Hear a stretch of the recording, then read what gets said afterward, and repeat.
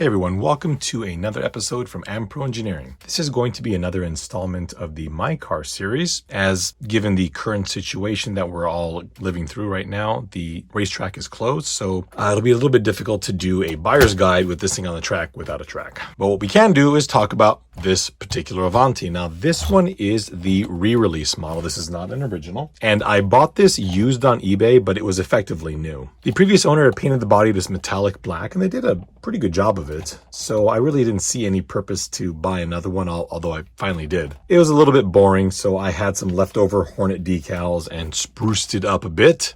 This car does have its stock wheels and tires. They were new when I got the car. This is usually what I have on the car when I drive it around my house and the neighborhood. You know, they're okay for that application. They're not any good at the track or really any other surface that I've ever found.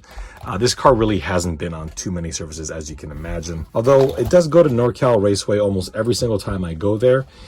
It's been fairly problematic. The car was assembled when I bought the car, and I found that I had to go through the entire thing and rebuild it because it was literally falling apart before my eyes. It was squeaky, so every single joint has had graphite powder applied. Graphite powder is a lubricant, but it also will not attract dirt and grime like a liquid lubricant will. When at the track, it does use these tires. Now, these are the rims that came with the car so that you can mount more modern tires to them, and that's what I have done. I'm not a particular fan of any of these tires on this car, and as neat as this cam lock thing is, and I'm not going to get into this during the My Car series, we'll cover this in the buyer's guide, but as neat as the cam lock system is, I think it's pointless and find that the wheels are whatever, they're kind of bland. This car isn't that modified. It does have ball bearings, which I believe it came with. Let's pop the body off. So you have to unclip these little, there you go, little tie rods, and then pull the pins out. I did paint the driver up because the sticker that went on his helmet was, you know, they don't lay straight.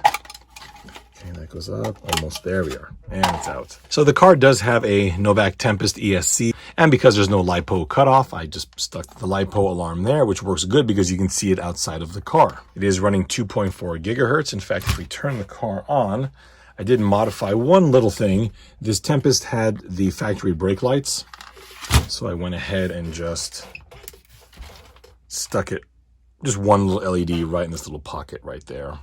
This is not running the factory spoiler because those last about 3 minutes. Instead, I've got this piece of styrene back here, and I had it shorter, but when I had another spoiler on this, it would fold too far back, so I just made it a little bit longer, and it seems to do the trick. It's ugly, but it gets the job done. So you can see the brake light off, on. Oh, battery's a little low, but that's what it's there for, to tell us you need to charge the battery. These are kind of weird cars because there's not much room in here to mount electronics. Fortunately, the modern 2.4 gigahertz FlySky ESC is tiny, given the fact that the Tempest is gigantic. Have this Orion motor that I found. I know it's a modified motor. I don't know how fast it is or what how many turns it has, but it's a good little motor.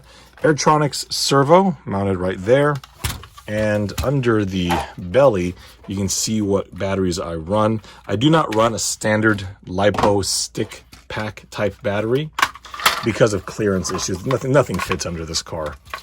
So I've got this little LiPo right here, which sits in there quite nicely. A little extension cord for the LiPo alarm.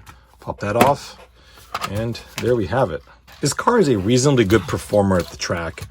I don't really launch it particularly far because, again, this is a fairly delicate vehicle. This isn't like something modern. Almost everything on this car's suspension is metal, and what isn't metal is fairly brittle, rigid plastic. There's no reason to beat this car, but if you drive it within its means, it runs beautifully. So the big jumps, you kind of go up one side and down the other. The suspension setup I have quite soft because it just behaves better this way. I have zero intentions of modifying this car. I know I've seen a lot of people that love these things and go nuts with them, and I can understand why, given my Hornet situation. But this car, for me, I think the way it is pretty acceptable. It has been a bit problematic for me. It's always had diff issues where the diff will loosen up, but for me, it was all about the design of this car. I felt that the way everything worked on this car, the way that it has equal length tie rods for the steering, this just beautiful, beautiful metal suspension.